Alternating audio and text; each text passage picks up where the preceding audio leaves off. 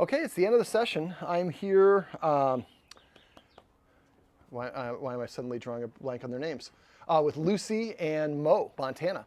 And this is their roadmap to success. Now, the dogs are tired, so we're going to let them hang out inside. And I just want to kind of summarize what we went over. So the first thing we did was we introduced a marker word of yes. We went through a loading exercise. By the time you see this video, you should have already done that.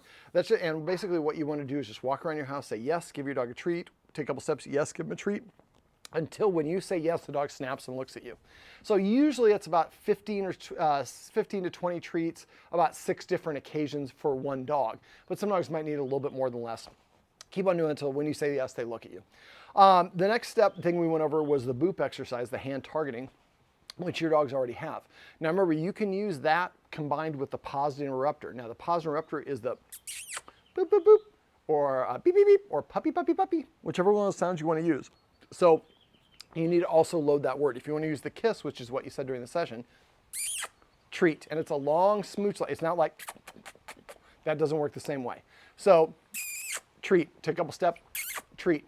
So now when one of them is doing something that is a minor undesirable behavior, digging, probably the humping, it probably wouldn't work. But for other things, dog looks at you, boop.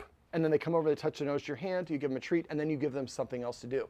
Remember, all attention is rewarding and validating. That means that anytime you give your dog attention, whatever they're doing when you give them attention or immediately before giving them attention is what you are specifically rewarding.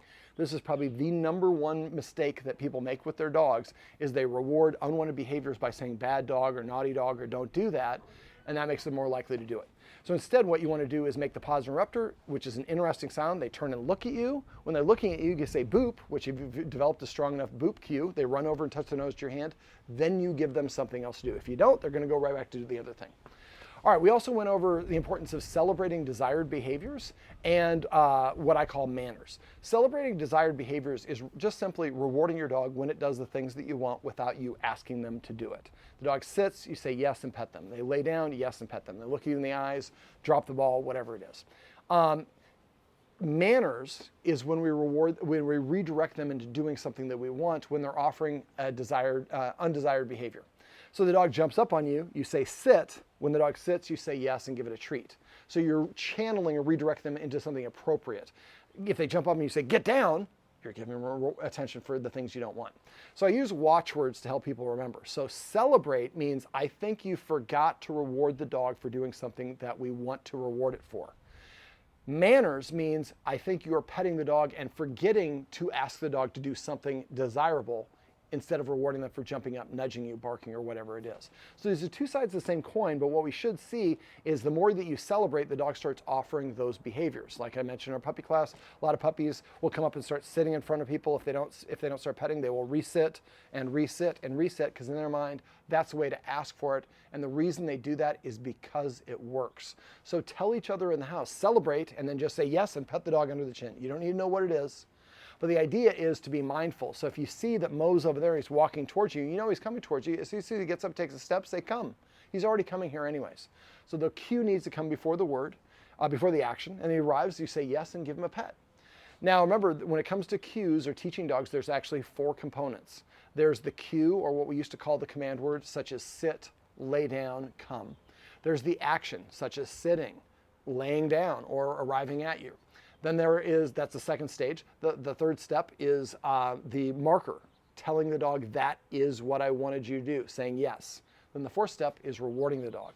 But when we're teaching a new cue, we don't actually teach it by saying the cue first, because we should only say the cue if we are 90% certain that the one and only time I say it, the dog does the action.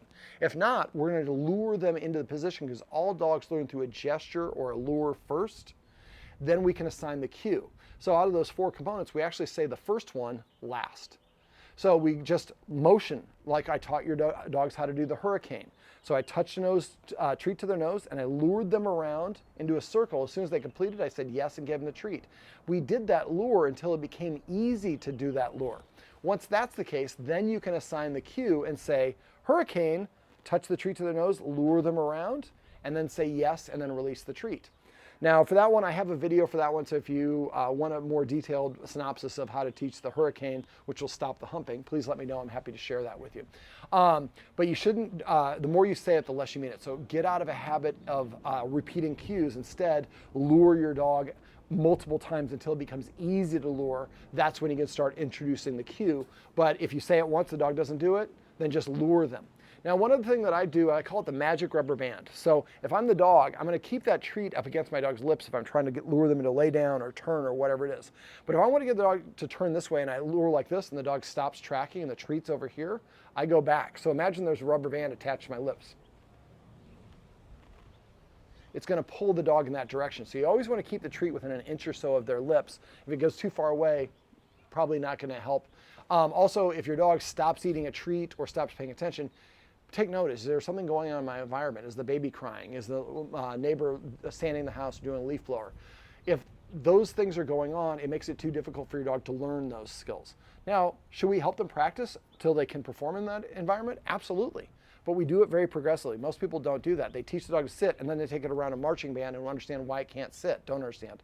So we would maybe have it sit, then have it sit while it hears marching band music played at a low volume, and then gradually a little bit louder, and then actually where there's a marching band, but we're far away, so that because the fidelity is a lot higher, and gradually collapse that distance, and eventually the dog is able to perform while it hears the marching band marching past because we gradually got it there. So, and that's the beauty of that marker word. It takes away all ambiguity. When the dog finally does the action, it knows that because you hear the marker word. And remember, half of how dogs learn is not being rewarded when they don't do what you want. So don't be a nice guy and pet them or give them a treat when they're not doing what you want. Make sure that they complete the task. Now, celebrating, speaking of that, I celebrate all the time unless I'm teaching a specific action. If I'm teaching a dog to lay down and it sits, normally I would reward a sit. But not now, because now I want to only get you to lay down. So during those minutes when you're practicing going in the car, the hurricane or whatever, dog offers unwanted behavior, ignore it there because we want them to focus on the task at hand.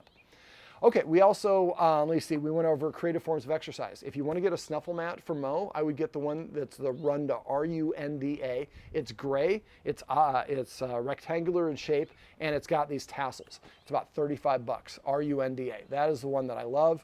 Every meal, flip it over so it's upside down so all the tassels are going, then right it back up, waterfall your food in that, and it gets, since you make your own food, it'll get a little greasy after a while. You can wash them.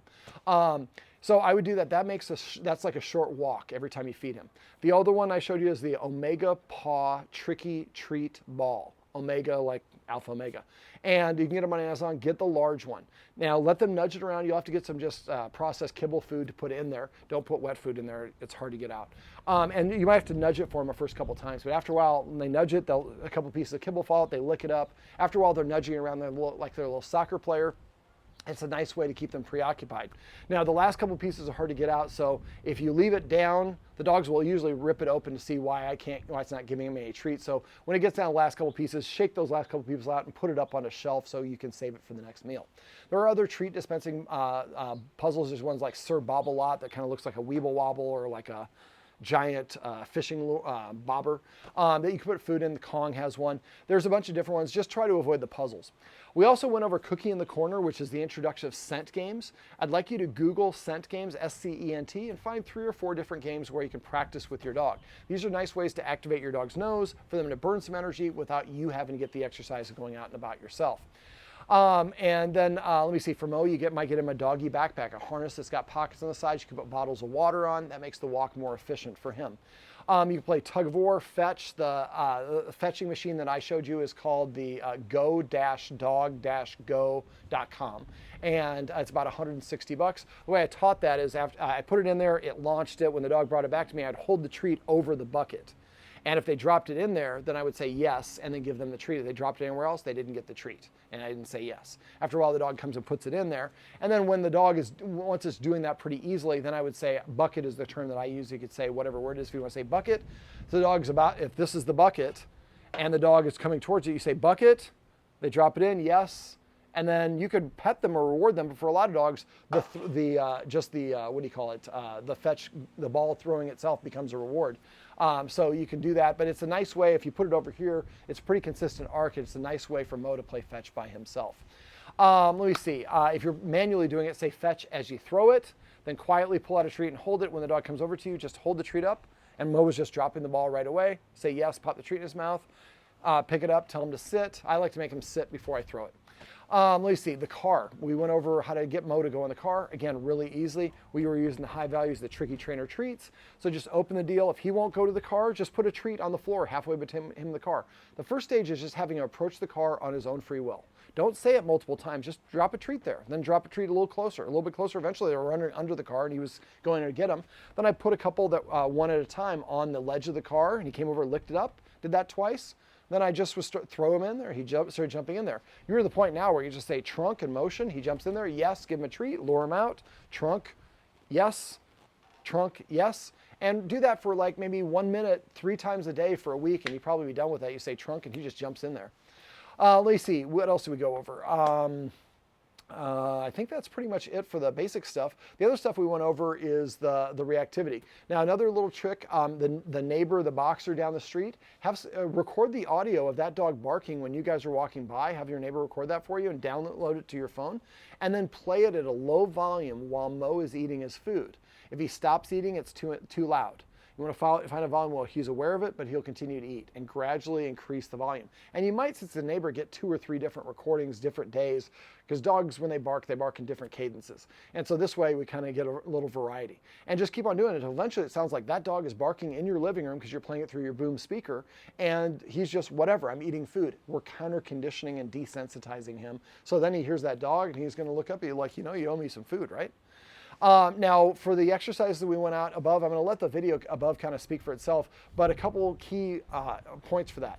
If the whole point of that exercise is that he does not, or she does not practice reacting to dogs at all, that means that we're going to manage that. Remember, we also went over dog consent. I forgot to go over the cutoff signals. So I'll link that usually above in the write-up. But remember, petting here is going to be better than reaching and petting over the head. And so for him, reading dog body language, or for her, so when we were working with those and those King Charles came down, and the one that was reactive, the guy was walking closer and closer. And as soon as it got too close to her, she started kind of closing her mouth. So closing the mouth, staring with unblinking eyes, the ears rotating forward, the tail going up, breathing heavy, holding the breath, getting stiff. Those are indications she is about to react. So the key is to stop before she gets to that point. And to stop her by moving further away, doing the where is it game on the ground, or making sure that the other dog is under your control. I would recommend that you recruit your friends that live in the neighborhood, talk to them on earbuds, and meet somewhere on a walk so you can practice a couple walk-bys.